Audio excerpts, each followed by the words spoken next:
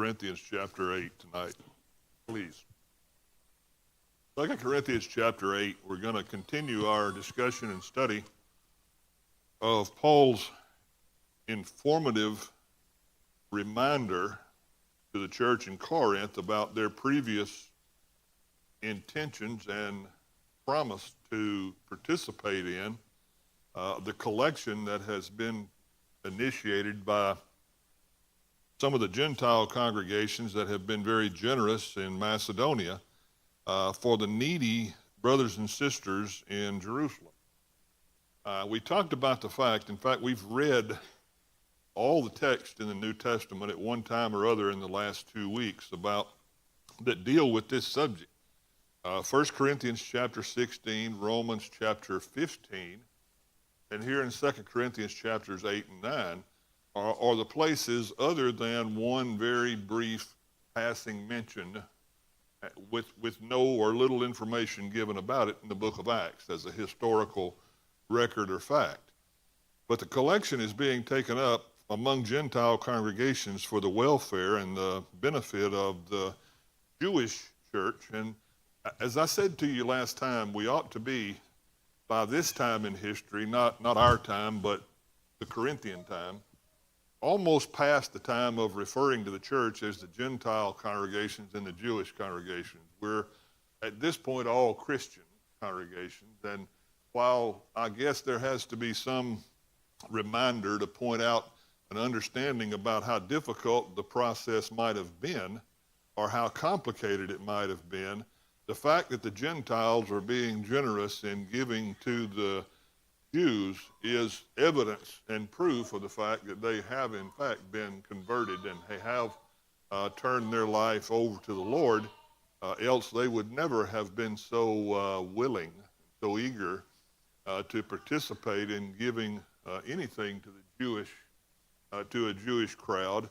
And on the other side of the same coin that we've discussed a couple of times, the Jewish congregations in Jerusalem and Judea would be very reluctant to receive anything at the hand of the Gentile congregations. So we see a real living demonstration of the unity of the church taking place here in this collection.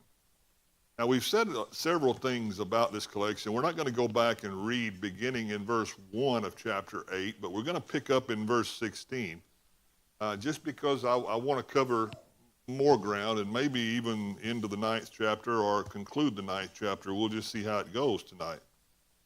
But you remember that Paul has said, I'm not commanding you to complete this task, but I'm giving you an opportunity to prove your earnestness by comparing it with the faithfulness of other people.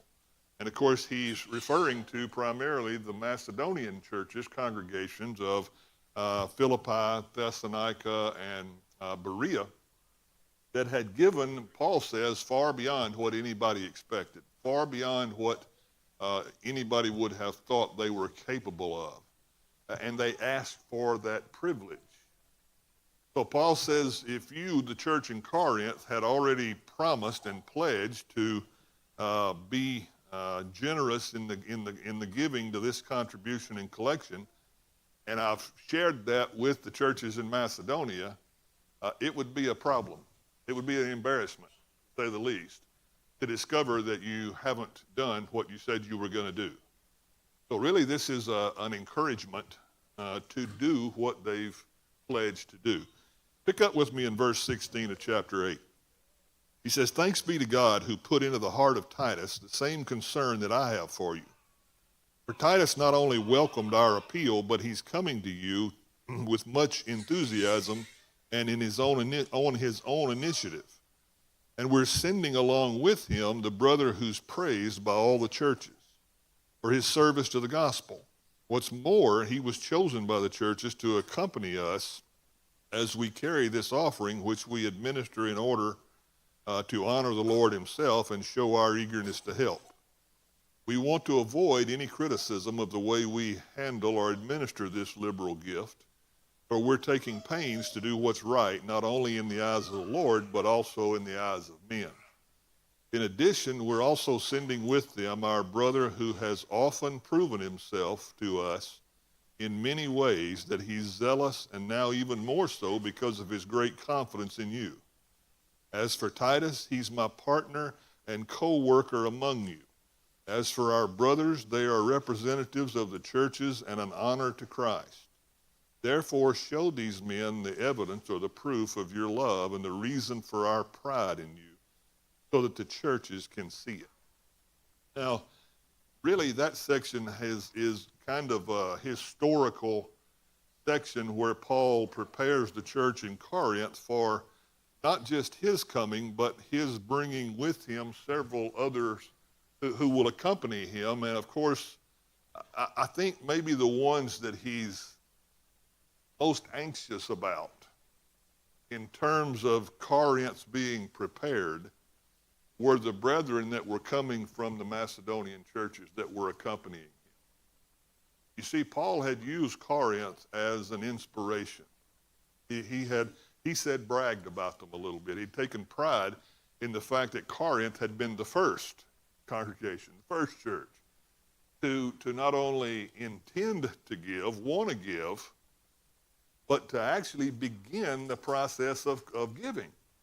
So some portion of the collection had already started in Corinth and yet remained unfinished. And he talks about Titus, and he talks about these brothers who are coming with him from these churches. And then he mentions someone else, not by name, but by reputation. Do you have any idea who he's talking about when he talks about the brother who's praised by all the churches for his service to the gospel? Not talking about Titus, because he names Titus. Who would he be talking about? I mean, let me go ahead and spill the beans. There's no definitive answer to that question. In other words, it would be absolutely impossible to prove who this is, okay? There's a lot of suggestions about who it might be. But the important fact is, whether it's Luke or it's some other individual, some other brother, the important point is that he's someone who has a wide reputation. Now, why would Paul mention bringing with him someone who has a spotless reputation? What does that have to do, or what significance does that play into the task that they're undertaking? Because what they're coming to do is to continue gathering up this collection and carry it to Jerusalem, okay? And he mentions specifically that among the group that's going to be administering this gift or carrying this gift to Jerusalem is this brother who he goes to great lengths to talk about is praised by all the churches for his service to the gospel, who's often proven to us in many ways that he's zealous, and now even more so because of his great confidence in you. What does that have to do with anything?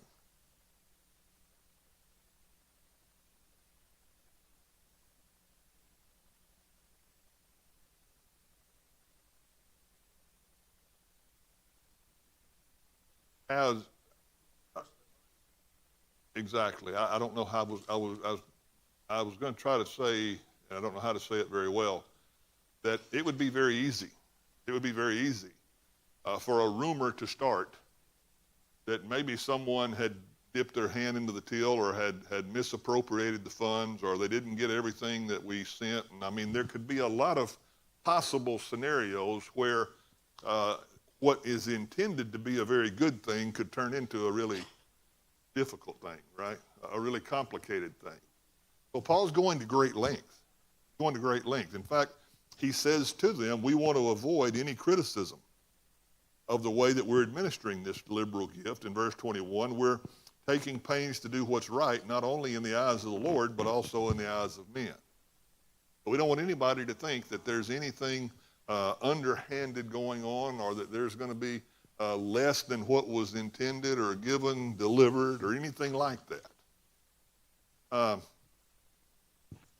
Any comment? I'm going to leave it there, and then we'll add to it in chapter 9. Any comment or any question thus far? That's kind of the historical part of the discussion.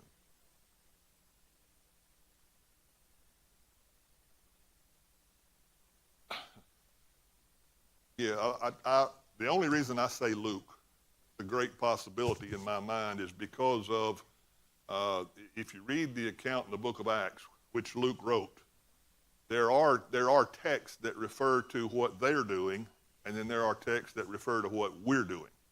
The we text we talk about in the book of Acts. This collection is associated with, in Luke's writing, one section of we. Okay, so it could very well be, at least in my mind, Luke that he's talking about.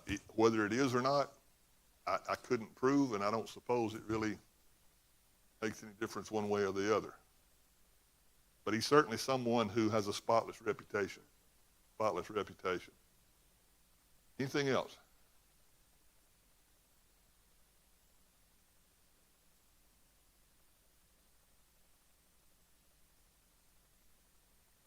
Right.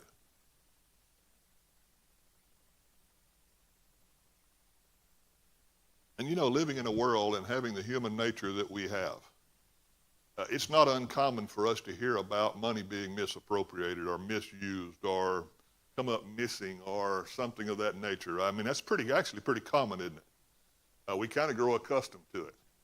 The fact that the books don't balance somewhere in our government doesn't even seem to alarm anybody much anymore.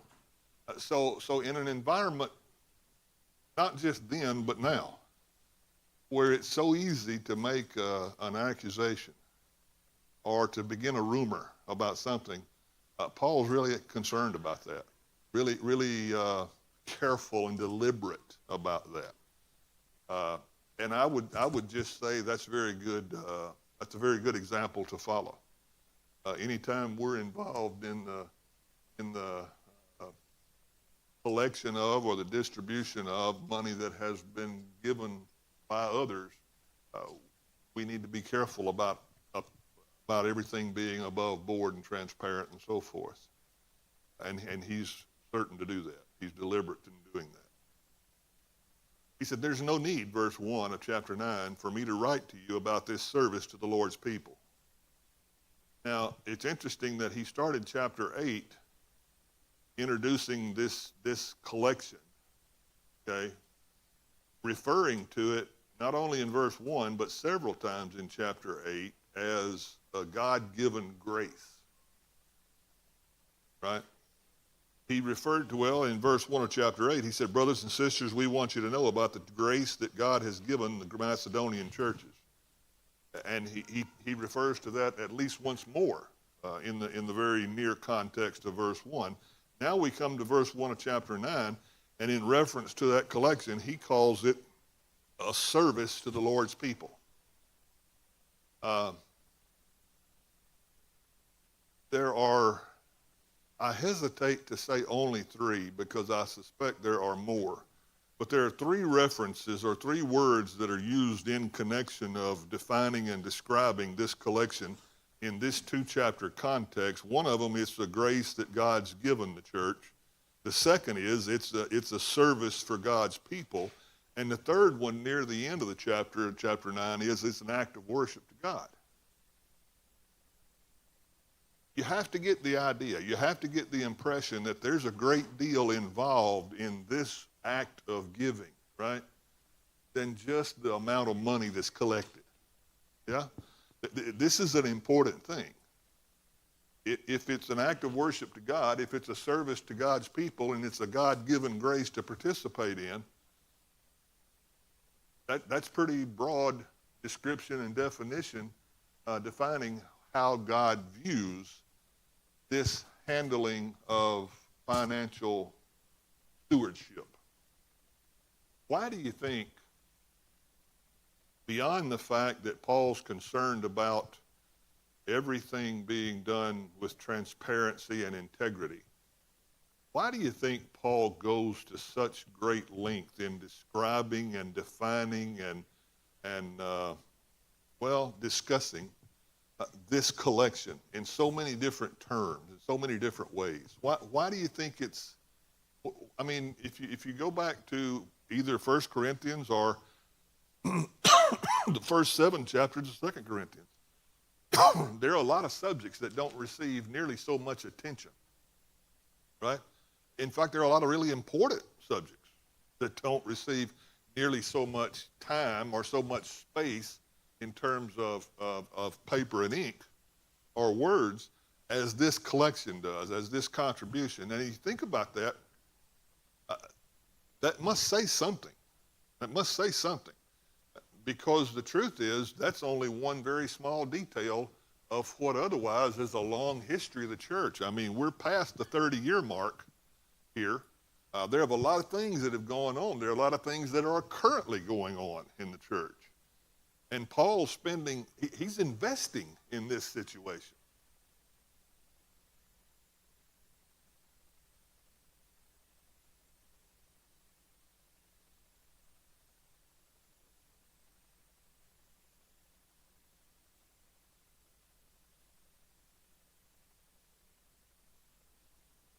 Right.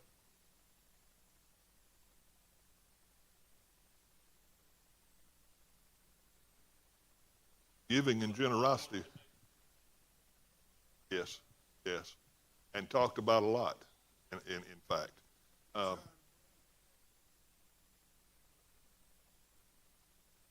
that's right. That's right.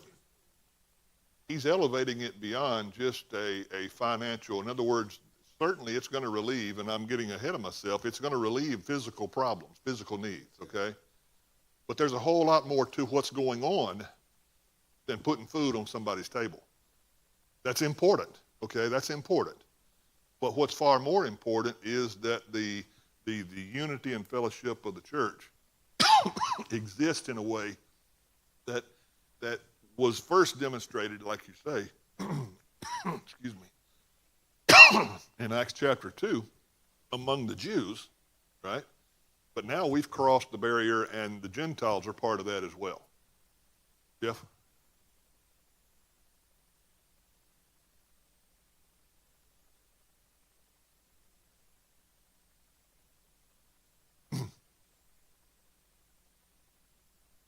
Yes, yes.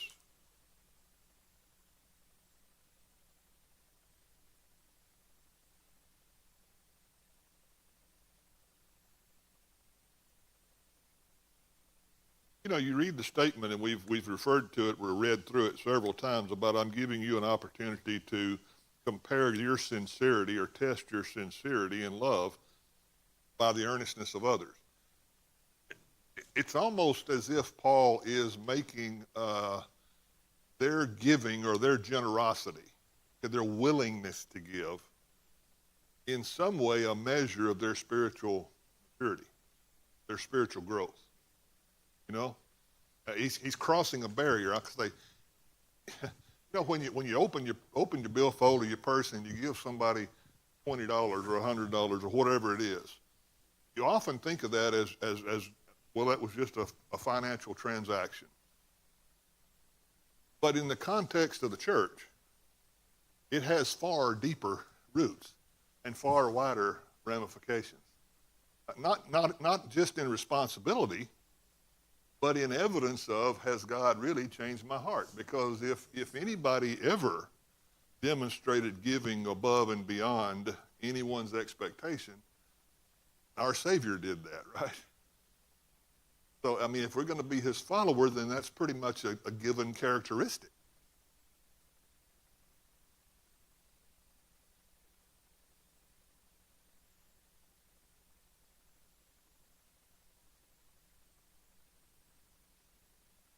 Yes, yes. Well, I can guarantee you that it is, because he's going to say this service that you perform is not only supplying the needs of the Lord's people, but it's also overflowing in many others' expressions of thanks to God.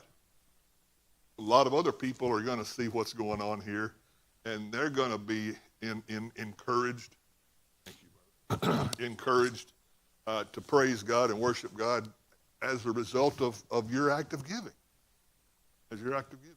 David, you want to say something?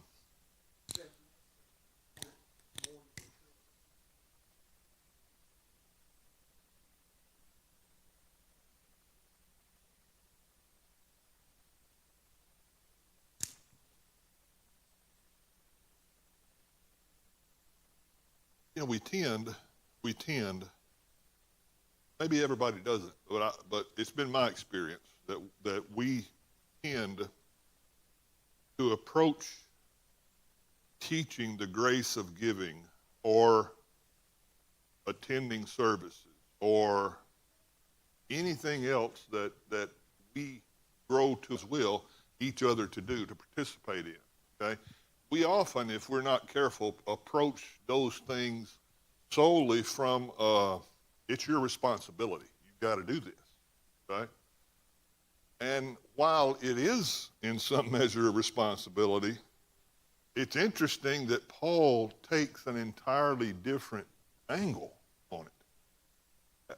It's almost as if he said, I could tell you you have to, but I'm not going to do that. I'm going to ask you to want to. I'm going to ask you to look at how generous God's been, and I'm going to ask you to look at how generous God's people have been already, and I'm going to ask you if you're not part of that family, right? But it's motivated from a transformed heart. That's really the issue, I think, that he's trying to. If collecting money were the sole objective, there are probably a lot of places and a lot of people that Paul knew, as did Luke and other people, where that could have been accomplished. But he uses this opportunity to give congregations of the church an opportunity not just to reflect their maturity, but to grow their maturity, to grow in their maturity. There's a lot of doctrine behind what Paul writes here about this collection. A lot of doctrine.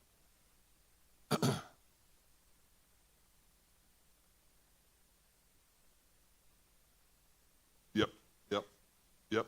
Well, there's a lot of, it's curious. Preachers generally steer clear of talking about politics and money and a couple other things. But I have to tell you, money and how we handle it is one of the most often discussed. It's not all Jesus talked about by any stretch, but he talked about it a whole lot.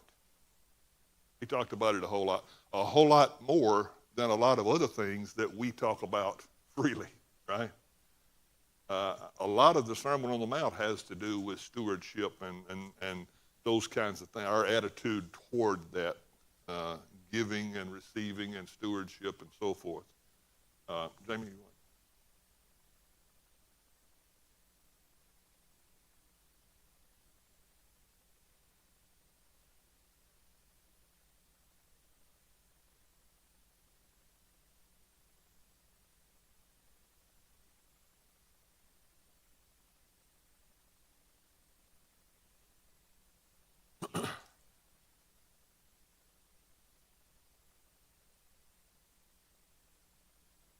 Yeah.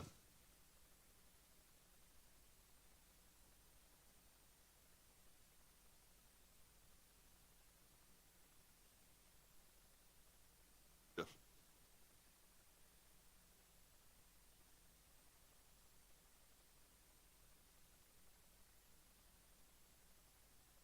Right.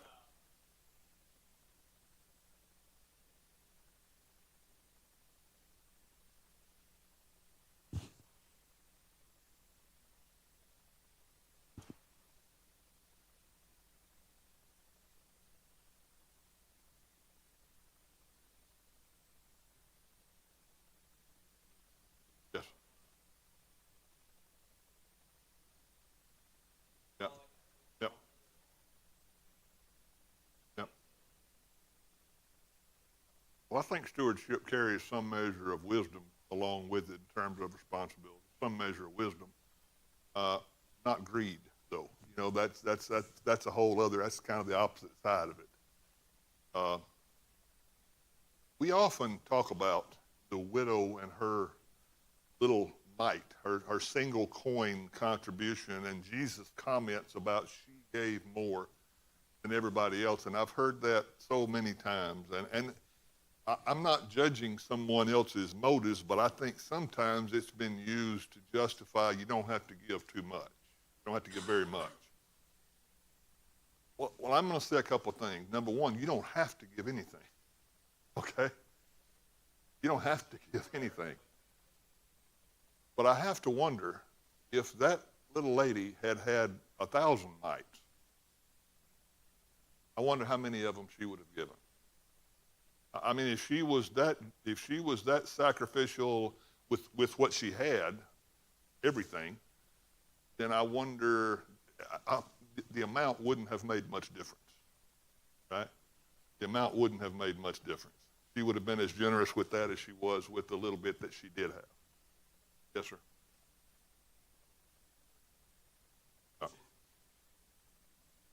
Yep.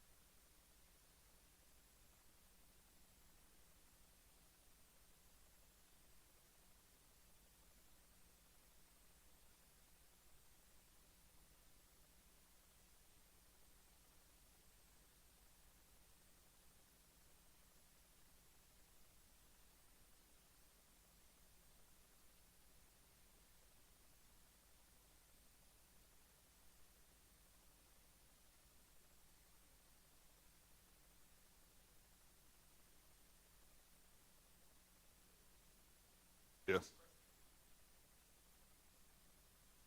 Right. Right. Exactly. Exactly.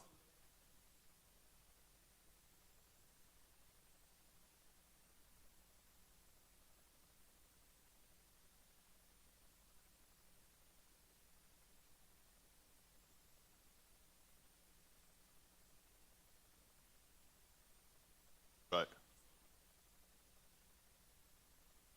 Right. Well, our stewardship over particularly financial resources that God entrusts to us, we are stewards, it's His, and He entrusts it to us, okay? And the whole point of it is for us to grow in how we handle God's resources. Not just financial, but that's a good example. That's one that we struggle with because it goes to the very root of our weaknesses, our sin tendency. We tend to think about, I'm going to find security in having more and more and more money, right? More stuff. We'll find security there. You're not. There is no security there. It doesn't matter how much. That's not security, okay? We think, well, if I do that, then I'm going to have to give up this. Well, guess what? It all begins with giving up self. That's where our Christianity begins. Yeah.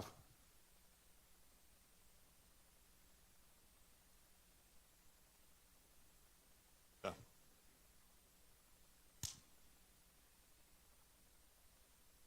Yes. Yes.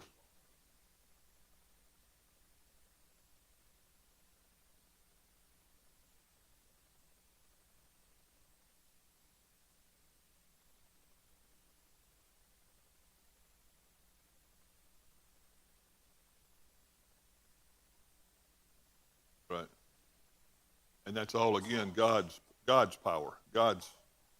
You know, it's interesting. You bring up 1 Corinthians chapter 11 as he starts out that whole discussion on the topic of their mishandling of the Lord's Supper. And really, it's not mishandling the Lord's Supper. It's mishandling their attitude that disqualified them from partaking of the Lord's Supper, okay? It wasn't really the Lord's Supper they were partaking of. And the reason it wasn't, and here's the striking thing. The reason what they were doing wasn't really the Lord's Supper is because they were so concerned about their supper. More so than they were about even their brothers and sisters' supper. Right? In other words, he's tied a physical thing, again, to a very profound spiritual thing. Very profound spiritual thing. So how we handle, okay, let's just wrap that up and let me read a little more, but how we handle the things that God's put in our trust.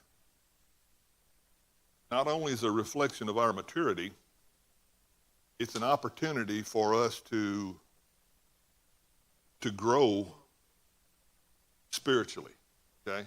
It's an opportunity for us to do that. Let's read a little more. A lot of what we said, Paul's going to say better than we can. He says in verse 6, well, I didn't get that far. No, I just started chapter 9. There's no need for me to write to you again about this service to the Lord's people, for I know your eagerness to help. And I've been boasting about it to the Macedonians, telling them that since last year, you and Achaia, which is Corinth, were ready to give, and your enthusiasm has stirred most of them to action. But I'm sending the brothers in order that our boasting about you in this matter should not prove hollow, but that you may be ready as I said you would be. For if any Macedonians come with me and find you unprepared, we, not to say anything about you, would be ashamed of having been so confident. So I thought it necessary to urge the brethren to visit you in advance and complete the arrangements for this generous gift that you promised.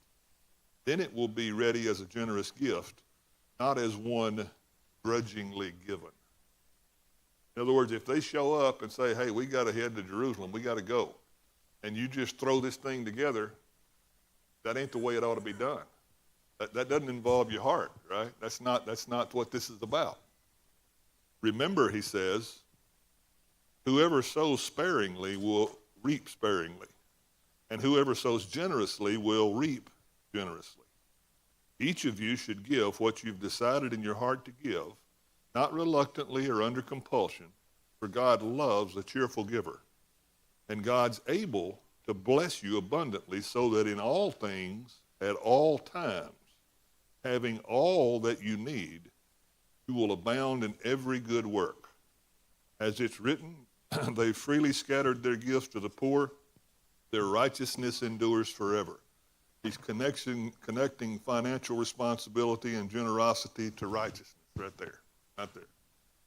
Now he who supplies seed to the sower and bread for food will also supply and increase your store of seed and enlarge the harvest of your righteousness. You will be enriched in every way so that you can be gracious or generous on every occasion, and through us your generosity will result in thanksgiving to God. This service that you're performing is not only supplying the needs of the Lord's people, but it's also overflowing in many expressions of gratitude or thankfulness to God. Because of the service by which you have proven yourselves, others will praise God for the obedience that accompanies your confession of the gospel of Christ, and for your generosity in sharing with them and with everyone else. And in their prayers for you, their hearts will go out to you because of the surpassing grace God's given you. Thanks be to God for his indescribable gift. Isn't that amazing? I mean, I ought to read that once a week. You know, I ought to read that once a week. It's so rich, so powerful. And for us to come away from having read that and talking about it with any attitude other than asking whether my dealings with the things entrusted to me reflects how not only God dealt with those things, but how he would have me as his child deal with those things. This is an amazing thing, that it's a blessing to you, it's a blessing to them, and it's a blessing to everybody who hears about it and knows anything about it and witnesses the sacrifice that you're making. And that's particularly true, Charlie, as we've said twice, because Gentiles are breaking the barrier with Jews, okay? It's true no matter, but particularly in this case, because as you say, this is kind of new ground being broken here. In other words, this is putting to action what Paul's been preaching to them for quite some time. Okay? Putting to action what's been talked about already. That's right. Right.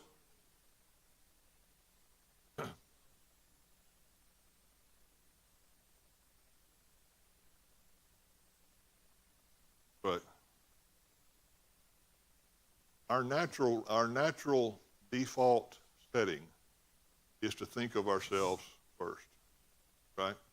It requires the power of God for that to change. And how much it changes is kind of a measure of how much power we're letting God wield in our life. Ira?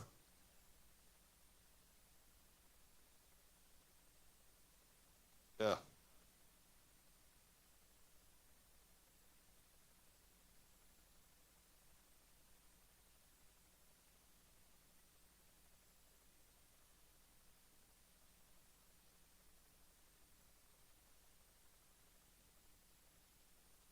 that's right. Well, you think about it from God's perspective. This act of giving was certainly an act of worship to God. It was a pleasing, submissive obedience to God's will. There's no doubt. But what was far more pleasing to God, or is far more pleasing to God, is the heart that wants to do that, because He knows where that came from. He knows who produced that, right? That came from God. That came from Jesus' example and from God's will. That's right. Absolutely. Absolutely. And let me just say, we've come to, and I purposely not really rushed through, but read through the end of chapter 9. We've talked a lot about this whole principle, and it's right that we should, okay? It's right that we should. Because I'm not sure that there's any particular area where we find it more challenging, let me just say it that way,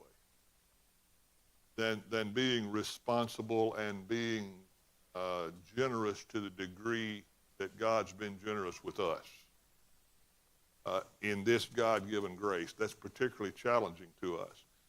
But let me also be fair and say, the elders stood up at the beginning of January and revealed a budget for our plans for the next year.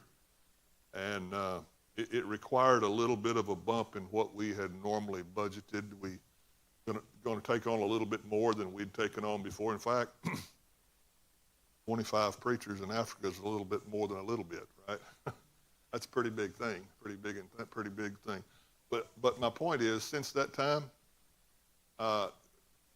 this congregation, as it has so many times, has proven generosity, proven your willingness in that regard.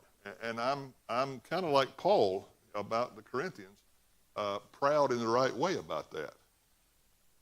But that doesn't ever mean that, okay, we've arrived, right? I mean, if we can do this much with this much, then what can we do with whatever? So it's a never-ending growing in spiritual maturity.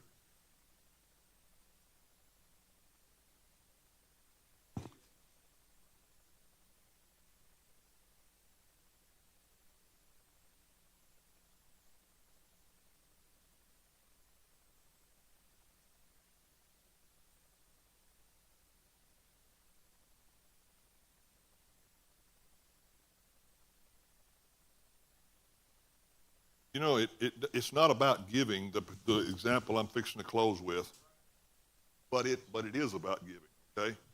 The parable of the unmerciful servant. You remember the guy who went to his master called for a reckoning, right? Kind of a settling of accounts.